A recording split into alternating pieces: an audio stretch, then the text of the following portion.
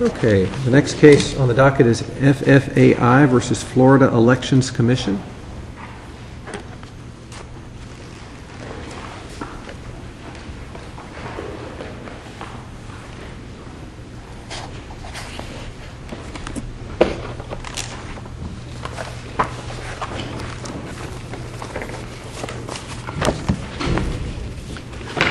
Good morning, Your Honors.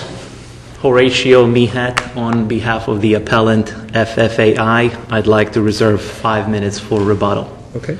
May it please the Court, appellant F.F.A.I. asks this Court to reverse the decision of the trial judge which granted judicial enforcement of a subpoena that was issued by the appellee, Florida Elections Commission, to F.F.A.I.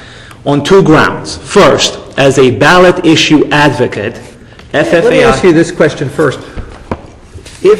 We're here sort of in an unusual posture. It was a motion to quash the subpoena that is the vehicle that got us here, the denial of that motion.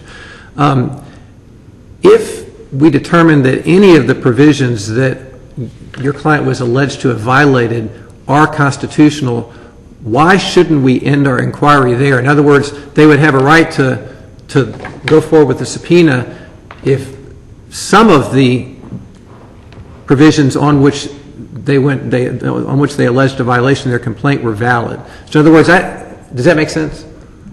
I'm not sure I understand your question, Your Honor. Say that we think that the registration requirement that you have to register as a political action committee, that is constitutional. And they've alleged in the complaint that you violated that provision. Now, we may think that some other provision is unconstitutional, like the fact that charitable organizations can't contribute to the political action committee. But even if that's unconstitutional, if you're not actually even, it's not alleged that you violated that provision, so the subpoena would go forward if the registration requirement alone was constitutional, and we wouldn't need to address all the other issues. Is that correct? Well, yes and no. The subpoena was issued as part of an investigation that looks at allegations that F.F.A.I. violated the several sections of Chapter 106, not only the registration and disclosure requirement, but also the requirement. I counted 4 different provisions that they said you violated, but I could be wrong. I believe there were many, Judge. There were the but requirements. Say that our decision is that 2 of the requirements that they say you violated are constitutional and 2 are not. They still get to go forward with their subpoena. So once we determine that 2 are constitutional, why would we give an advisory opinion? If there are other things they later allege, or with respect to those 2, you can, if they go to an enforcement action or some kind of criminal case, you can raise those constitutional violations. But why should we go beyond anything necessary to determine the issue before the trial court, which is whether the subpoena should be quashed? It may well be that some of the things that they've requested in the subpoena go to the sections that you find to be unconstitutional, in which case they would have to narrow the subpoena. Right now, the subpoena seeks everything, every document, every bank deposit, every bank expenditure of F.F.A.I., everything under the sun. And so if this court were to find that even one of the section is unconstitutional, it could be that the subpoena would have to be narrowed so that those documents would not have to be disclosed. Okay, let me ask you about the Florida Supreme Court case of Falzone? Falzone? Falzone. I don't understand why that's not controlling with respect to the issue of whether the registration requirement is constitutional. Florida Supreme Court said that it was constitutional in that case, and we sort of have to follow their precedent. Absolutely. However, the Florida Supreme Court did not deal with ballot issue speech. How do you know that? Because Falzone says so. Where? Because I couldn't find it. It says Falzone and some friends got together and they wanted to do something, but it's not clear to me what. The issue in Falzone was clearly directed to advocacy on behalf of a political candidate. Where does it say and that? Not a ballot issue.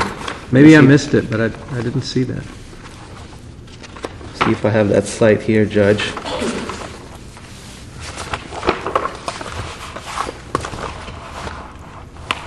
It talks generally about political committees that have to be formed to advocate on behalf of clients or speak with respect to ballot issues. So the language is very broad in terms of its description of what the provision does, the registration requirement. And I didn't see anywhere whether it said what Falzone was doing. I'm sorry, Judge, I'm unable to find it now, but I am confident that the issue in Falzone was related strictly to candidate speech and not ballot issue advocacy. Okay, you can go ahead. Maybe you'll look for that and you can point it to me. Perhaps in my rebuttal if I'm given the chance. The Supreme Court has made it clear that there is a critical distinction between ballot issue advocacy and candidate advocacy. And when it comes to candidate, the Supreme Court has allowed a wide range of regulation because of the risk of quid pro quo corruption. However, the Supreme Court has said that when you're dealing with ballot issue speech, there is no risk of quid pro quo corruption, and so therefore ballot issue speech cannot be regulated in the same way that candidate speech can be regulated. And the quote from the Sampson versus Boucher case and also from the Broward Coalition case sets out the fact that every time the United States Supreme Court has looked at a regulation dealing with ballot issue advocacy, it has applied strict scrutiny and it has invalidated it 100% of the time. In this particular case, there is no dispute that F.F.A.I. engaged strictly in ballot issue advocacy, and that is, it advocated on behalf of the marriage amendment in 1998. Does the government have any interest in informing the electorate as to who is involved in raising and spending money for these kind of elections? Some cases have held that the government may have an informational interest in dealing with some ballot issue advocacy. However, that informational interest at most would justify a simple disclosure requirement. Who are you and who gave you more than $10,000, for example, which was what was at issue in Citizens United. It would not justify a comprehensive regulatory scheme such as the one imposed by Chapter 106, where an issue advocate would have to appoint a treasurer, open up a special bank account, disclose every single expenditure and contribution, even those that are less than $1. That 50 cents you spent for paper clips, a ballot issue advocate would have to disclose under Chapter 106. Those kinds of disclosure courts have made clear are not justified by an informational interest. If you're looking at informational interest, you can ask for who are you and who are your biggest donors. You can't ask for all of these other things that Chapter 106 does. That's where Citizens United comes in, because when Citizens United came in, it came in after the administrative proceedings before the FEC, where, as you've seen in our briefs, the FEC actually agreed with us and said, yeah, we agree, the statute is unconstitutional. The only problem is we can't say that you've got to go to court and have a court tell you that it's unconstitutional. Shortly after that happened, Citizens United comes along, and the Florida Election Commission does a 180-degree turnabout, and they say it's a game changer. It now has relaxed the standard of inquiry with respect to ballot issue speech, and now you no longer look at it under strict scrutiny, you look at it under relaxed or exacting scrutiny. Well, Citizens United actually did no such thing. What happened in Citizens United is the plaintiff challenged two types of regulations. One type was a comprehensive political committee scheme, much like the one that is at issue here in Chapter 106, a scheme that required not only the disclosure of who are you and what is your biggest contributor, but also you got to appoint a treasurer, you have got to submit monthly reports, and so on and so forth.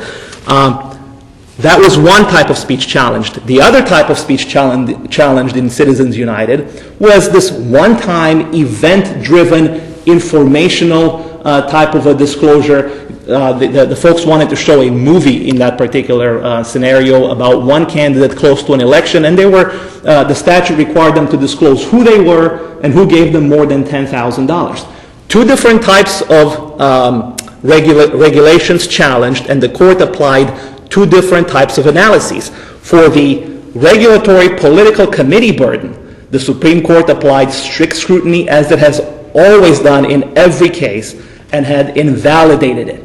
With respect to the one-time event-driven requirement, the Supreme Court applied this more relaxed, exacting scrutiny and upheld that requirement. And so now the Florida Elections Commission says, well, under Citizens United, we get exacting scrutiny.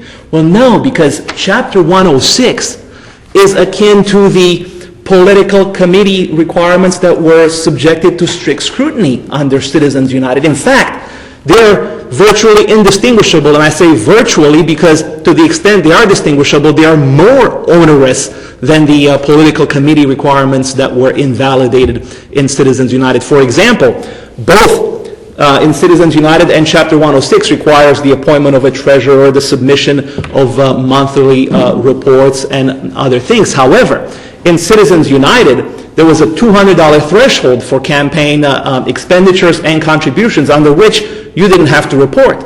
In Florida, if you spend $5 on a cup of coffee at Starbucks, you've got to just itemize it and disclose it. 50 cents on paper clips, itemize and disclose.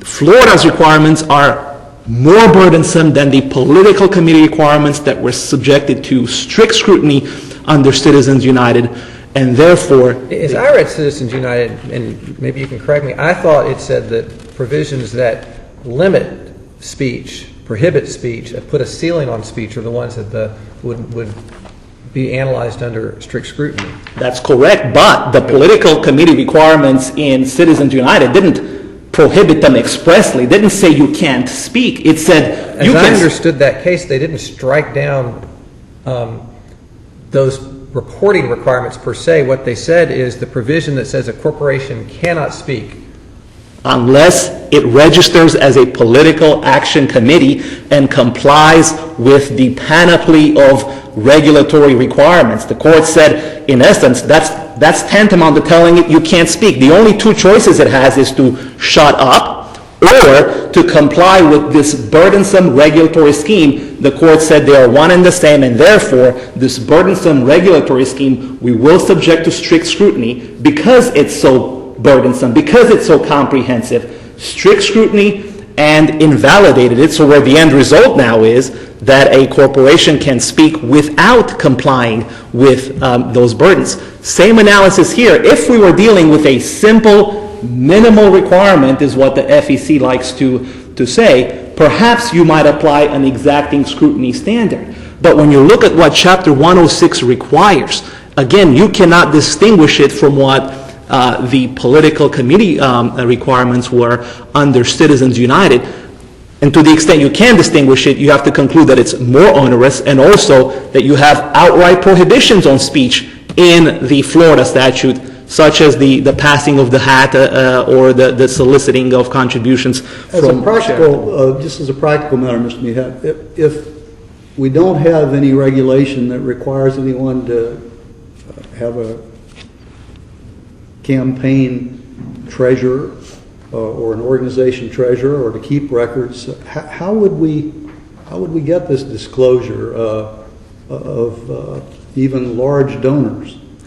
If the Florida legislature wanted to impose a truly minimal disclosure requirement on ballot issue advocates, it could certainly do that with legislation that required the type of minimal disclosure requirement that was upheld in Citizens United. That's not what the legislature has done here. In fact, Chapter 106 draws no distinction between candidate speech and ballot issue speech. It lumps them all together in one and subjects both kinds of speech to the same panoply of regulations and requirements. It doesn't have to be that way. The legislature could say, for candidate speech, we will continue to impose the full range of political committee requirements. That Broward Coalition case from the Northern District, you quote that as, and it says in there that the Supreme Court has never upheld disclosure requirements for issue advocacy, and the case cites Bellotti and Citizens Against Rent Control.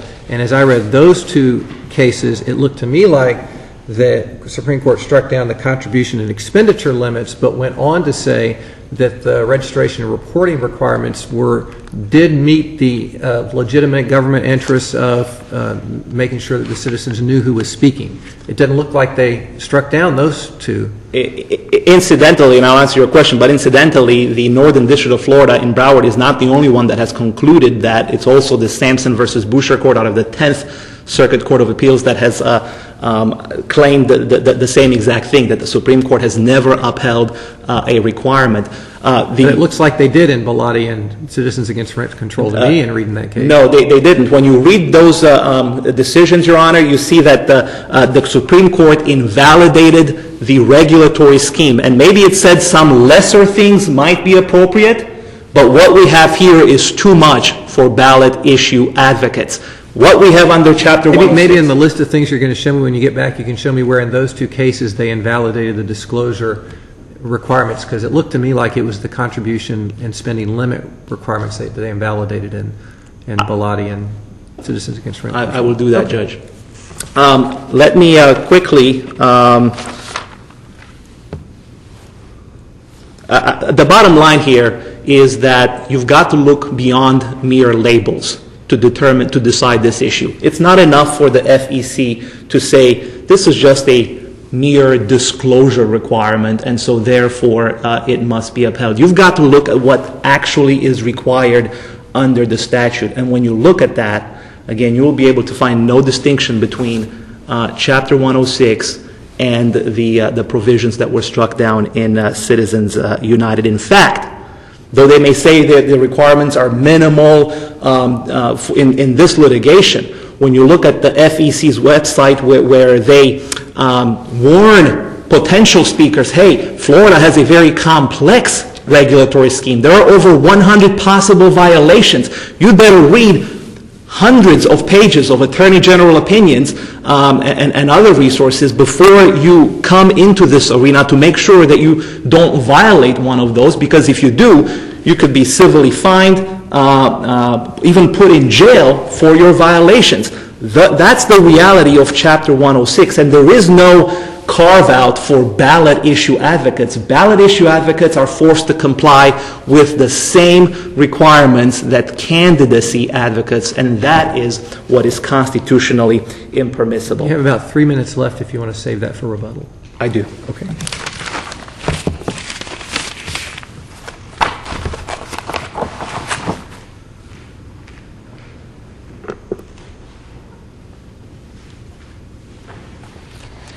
May it please the Court. My name is Lisa Raleigh. I'm with the Florida Attorney General's Office, and I'm representing the Florida Elections Commission in this case. Obviously, we are in a very unusual posture in that we are here because I cannot get these people to comply with my subpoena. I believe that generally California Pro-Life Council versus Getman says that given the Supreme Court's repeated pronouncements, we think there can be no doubt that states may regulate express ballot measure advocacy through disclosure laws. Let me ask you this. If I wanted to go spend, I can't as a judge, but if I wasn't a judge, if I wanted to go spend $2,000 advocating for or against a ballot issue, I would have to first, I guess, designate somebody else or me as a campaign treasurer, open a depository, put money in there. I mean, I would have to comply with all these regulations, or is that correct? There is a group component requirement to political committees. And if I may, that was part of the issue in Citizens United. Right. That at the federal level, there was this unusual situation where a corporation could not speak alone, but it could speak as a group if it formed a PAC. And I believe it is that aspect which the United States Supreme Court found to be a prohibition on speech. That they said, no, if you can form a PAC and speak, you should surely be able to speak alone. And then they said, and since you're speaking alone, you need to disclose who is speaking and make some basic disclosures about that. So I'm sorry to interrupt, but is the answer to Judge Lawson's question then no, he would not have to go through hundreds of pages of regulations? Yeah, you may speak alone. You may have to make other certain disclosures as to who is speaking. As long as you're not a judge. As long as you're not. And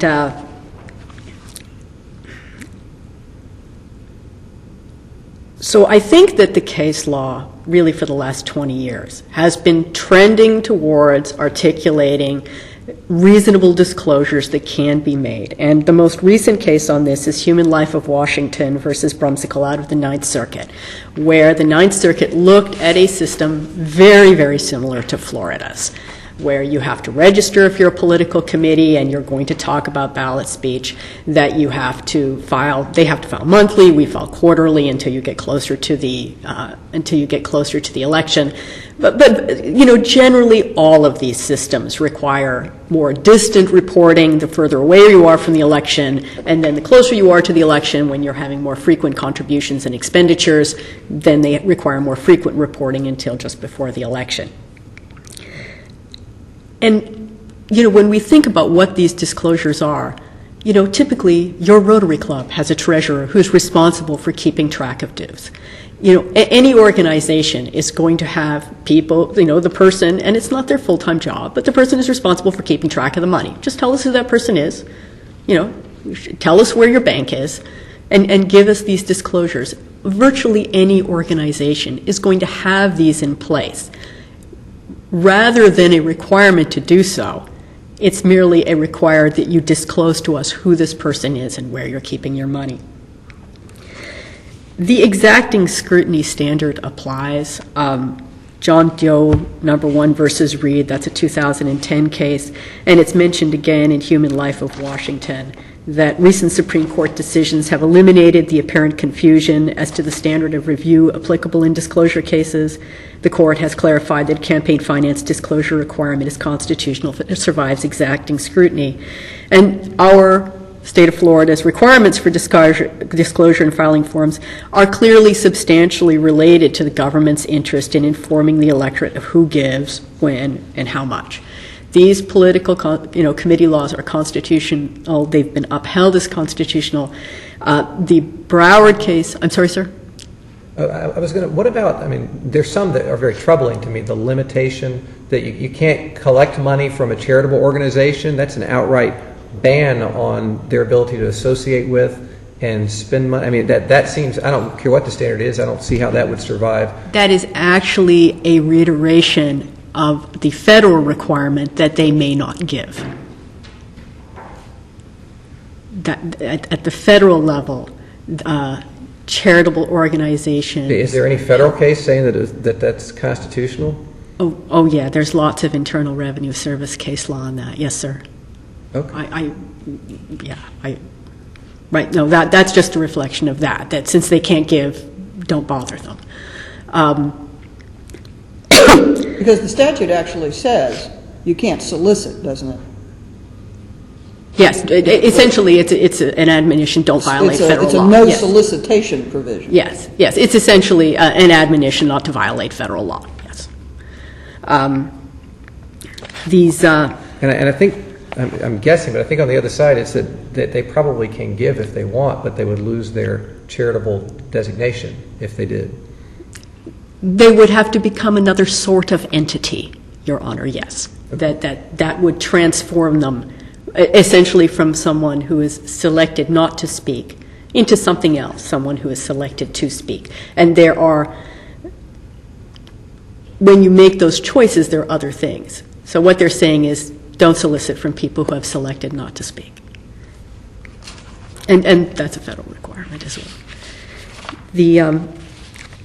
I would like to have a word about Sampson v. Butcher. I believe that the court there indicated very clearly that these disclosure laws are generally permissible, and they found that in this particular case there was such de minimis activity. I don't want to call it glorified potluck, but there was less than $750 raised total for the entire campaign. So that they were saying, well, then at that point, those disclosure requirements became. Now, obviously, in this case, the only facts we have are whatever the F.F.A.I. has chosen to present to us. But there's no allegation that this is a small organization that made de minimis contributions. On information and belief, we believe it was a substantial statewide group that had substantial. In a facial challenge, if this statute would be unconstitutional with respect to, Joe Smith and Fred, who are mechanics and who want to get together and speak about something, a small group, then how does that fit into our analysis? In this particular case, there is no challenge as to the de minimis nature. I believe those facts are not here. That case is currently pending in front of Judge Hinkle in the Northern District of Florida. We cited that pending case where a temporary injunction was denied. In that case, they had 4 people get together and challenge the statute for that particular purpose, where they said, we'll only spend $500, there's only 4 of us. Could it be found then unconstitutional as applied in certain circumstances, but not facially unconstitutional? Oh, certainly there are many circumstances where that can occur. It's just not this time. But the record here, does it demonstrate that this is such a group of 4 people who got together, perhaps? Or is there any indication of that in the record? Your Honor, there is no indication in the record at all because there are no facts really in this record. We're moving to enforce the subpoena based on a verified complaint. In this case, the verified complaint certainly indicates that if this verified complaint is true, this is a very substantial organization. I would say a word about the claim that they should be permitted to have a hearing at this time to determine whether or not their names of people should be disclosed to the FEC. At this point, these records are closed to the public, and it is imperative to support the function of the FEC that they be able to look at. Is there a mechanism that would allow these records to, once you make the probable cause determination, they would become public, correct? Yes, once we close this file, and they would receive notice of that, or once there's a probable cause hearing where probable cause is found, so then these records would You find probable cause, you send them a letter, we found probable cause, the letter gets there 3 days later. What's to prohibit someone from walking into your office and giving a public records request and getting those documents immediately after you find probable cause before they have an opportunity to try to keep them secret from the public? Yes, Judge Larson. Obviously, in the many years of our public records law, this situation has come up before. In the CPRO case, there were trade secret documents that were provided to the Department of Environmental Protection and regarding water quality, and they were able to challenge before those records were disposed, saying, no, they're trade secret, you may not disclose these records. Similarly, there has been a separate case where a 10-day requirement before these were disclosed was upheld on appeal in a court order, saying, there must be an opportunity. But is there anything legally that requires you to do that? I mean, if you find probable cause, it seems like legally you could at that point immediately release those documents. Yes, but the probable cause hearing will be duly noticed. They will have lots of notice that the probable cause hearing is coming up, and until the hearing occurs, the records cannot. So they have time. So, they but have time on which you're really they'll saying, notice. though, that they have to wait until after you make that probable cause finding. I mean, if this isn't their point of entry, I think you're saying it would be after they you make your probable cause finding. Or announce our intention to close the file. Okay, in the right, end, right. In the end, there may be So nothing. they just have to be really fast. I mean, you're going to say, okay, we have probable cause, and you're saying at that point they've got to rely on maybe your good faith not to release them until they've had a chance to go to some court and get an injunction or something like that? Yes, there will be a window as a functional matter where they know they're on the probable cause hearing docket. What guarantees that window legally? Because it's a public meeting and we have to file notice that it's going to happen. Right, but... And they also receive specific notice that they're I know they'll on the have notice of that probable meeting, cause but they don't know what's going to happen at that meeting. At that docket. meeting, Right. you could say, we have a probable cause meeting, Right. and we say we're going to prosecute. They become record. We have a probable cause hearing, and they decide, no, we're not going to prosecute. They become public. So at that point, and I think so after the probable cause hearing, these documents are going to become public one way or the other. Yes, Your Honor. But the important thing here is a timing issue.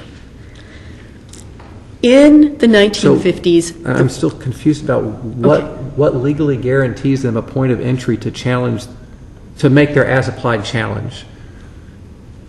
What legally? They will have notice that the I know they'll have records- notice of the meeting, so you're saying when they Certainly. get the And meeting that's their notice, moment. they're going to go into court and say, Yes, that's their time. they're going to make a decision, so we want an injunction at this point to prohibit them from... Yes.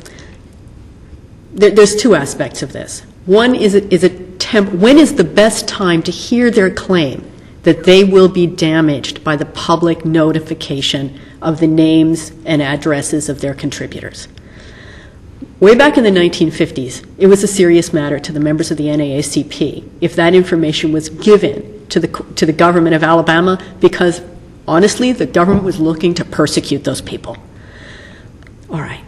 I imagine if we released those documents today, they would be quaint and of historical interest. But none of those people on that list, if they were still living, would be in peril of persecution. Similarly here, the election where these funds were expended is already almost 3 years ago. By the time this court rules, the investigation has concluded. If they can come forward, their claim is that that placing this information within the public realm will cause danger or harm to their people. It's impossible for them to show that at an undetermined point in the future, our folks will be subject to harm or reprisal. So they need to be able to show sort of as an immediate matter, okay, if you do this next week, this is really going to give us a problem. Right now they're having to say, if at some undetermined point, which could be years in the future, you disclose this information, our folks would. That's a very difficult standard for them to meet, even as a prima facie case. So there's a timing issue. Now, right now, if they believe that they were in peril from the government itself, this would be the time for them to make that prima facie case. But I do not believe that is the allegation here. I do not believe the allegation is that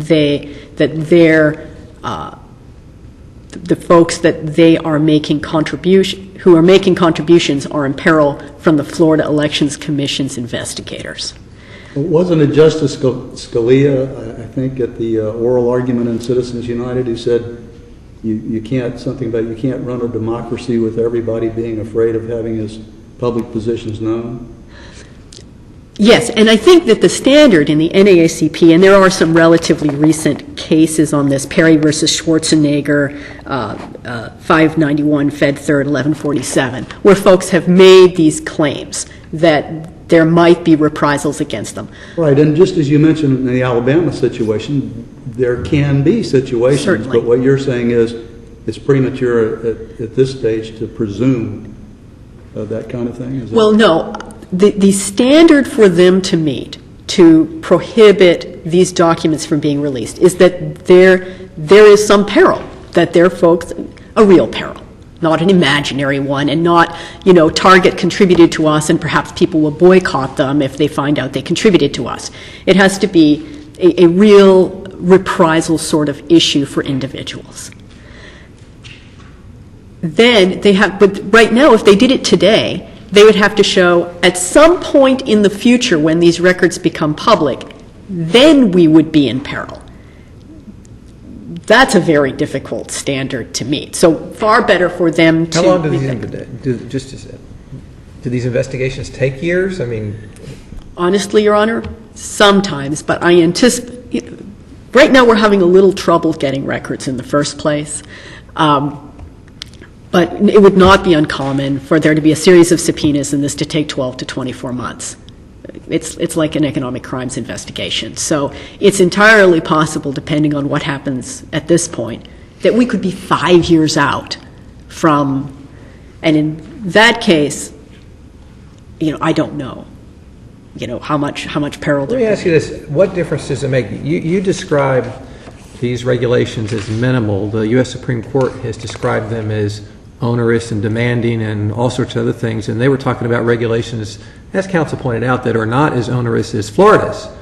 So if we sort of listen to the Supreme Court instead of the state in its brief, we would conclude, I think, that these regulations are very onerous and burdensome and provide quite the prior restraint killing effect on speech, because you have to jump through all sorts of hoops before you do and agree to spend all sorts of money and time, resources just reporting. How does that affect? It does not. If you look at Human Life of Washington v. Brumsicle, that system is virtually the same as Florida's, and it was upheld as suitable for ballot speech disclosures. In order to articulate how much you received, who you received it on, what you did with the money, there's a certain amount of disclosure that's going to be required in order to do that.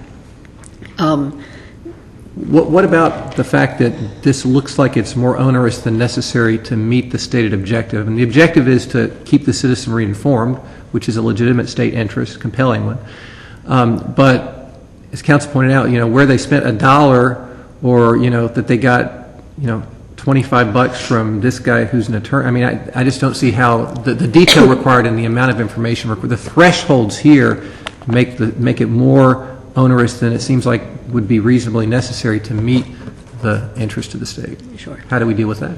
And quite honestly, Your Honor, people keep track of all the money they spend. They don't keep track. Well, they have to, so the ones that you see hopefully do, or they're going to get fines and prison sentences maybe, who knows. But not just for, Publix keeps track of every 50-cent charge they make. Your Rotary Club is going to keep track of every charge they make and all of the income that they receive, whether it's $5 when they pass the hat. And I would point out that the $50 anonymous cash limit is a form, not a prohibition. If you wish to give more than $50, write a check. Or do a transfer bank to bank. You just can't give cash because it's part of the public's right to know. And if you wish to give cash below that, yes, those contributions can be anonymous. So I think that, honestly, Your Honor, I don't see too much less that could be disclosed before folks would not know who was giving and when. And the increased frequency as you get closer to the election seems strongly tied to the fact that there is more speech and more contributions close to the end when people need to know more about it. Let me ask you one more question. I know your time's running out, but what about the fact that, as they point out, you have to, if you intend to speak at any point, you have to comply with these regulations, and once you do, you have to file reports and that kind of thing, even when you're not speaking. So even when there's no speech, you still have to comply with these regulations which... As in California, if you have not made any expenditures or taken any money, there's a one-page form that just says pass for this period. And depending on how far you're out, that's once every 3 months. So if you're not speaking, if you're not engaging, and these do sunset, there is a different animal called a political committee of continuing existence that doesn't exist in this case. But they're like federal presidential elections, they go on forever. Thank you very much.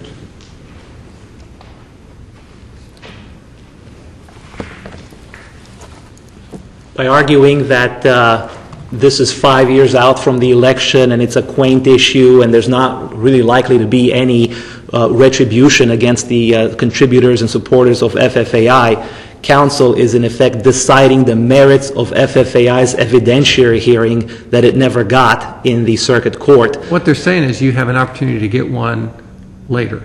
Let's be clear about what the statute says. The statute says that the moment there is a probable cause determination, whether it's yes or no, it doesn't matter, the moment that is decided, every paper becomes a public record. Given the contentiousness of an issue as important as marriage, I am confident, Your Honor, that at that probable cause hearing, there will be people who will be there for the hearing and then will take a 5-minute walk to the custodian of records and will say, I'd like to see those records. There is no provision in the statute for a delay, no chance for F.F.A.I. at that point to seek relief even on an emergency basis. The time to decide this issue is now while the documents are still in F.F.A.I.'s custody, possession, and control, because once they are released to the state, the clock starts running, and that disclosure is going to be certain, and it is going to be automatic, and there won't be time to seek relief in between, Your Honors. This idea that a church cannot give money to support a ballot issue is flatly unconstitutional and has never been upheld by the Supreme Court. The IRS rules again, prohibit contributions to candidates, but they cannot purport to prohibit charitable organizations from engaging themselves on issues of public importance, issues that are very important to those charitable organizations. The Florida statute, Chapter 106, is unlike any other statute, unlike the statute involved in the Brunsicle case out of Washington, and unlike any other, when it goes not only beyond a long list of do's, but also a long list of don'ts, outright prohibitions that trigger strict scrutiny review even under Citizens United. I took a closer look at the Falzone case, as Your Honor had requested, and it is not entirely clear from the opinion itself, although I am confident that the briefs and the record in the case showed that it is a case about candidates. In fact, Falzone was indicted because he had contributed money or had gathered money and spent them for the benefit of a candidate. What is clear from Falzone, Your Honor, is that strict scrutiny applies to reviewing Chapter 106. Not exacting scrutiny, but strict scrutiny. And you have a body of law from the Supreme Court of the United States and on down that says that when you apply strict scrutiny, these kinds of onerous, burdensome requirements that require you to disclose even the money you spend for a cup of coffee are so restrictive that they essentially cause ballot issue speakers to say, forget it, it's not worth it. That's the First Amendment danger here, is that when a group of citizens wants to speak on an issue, on a ballot issue, if they look at Florida statute and they're threatened with jail time for not complying with these onerous requirements, they're going to say, forget it, it's not worth it. That's the First Amendment issue, and I appreciate the Court's time. Thank you very much.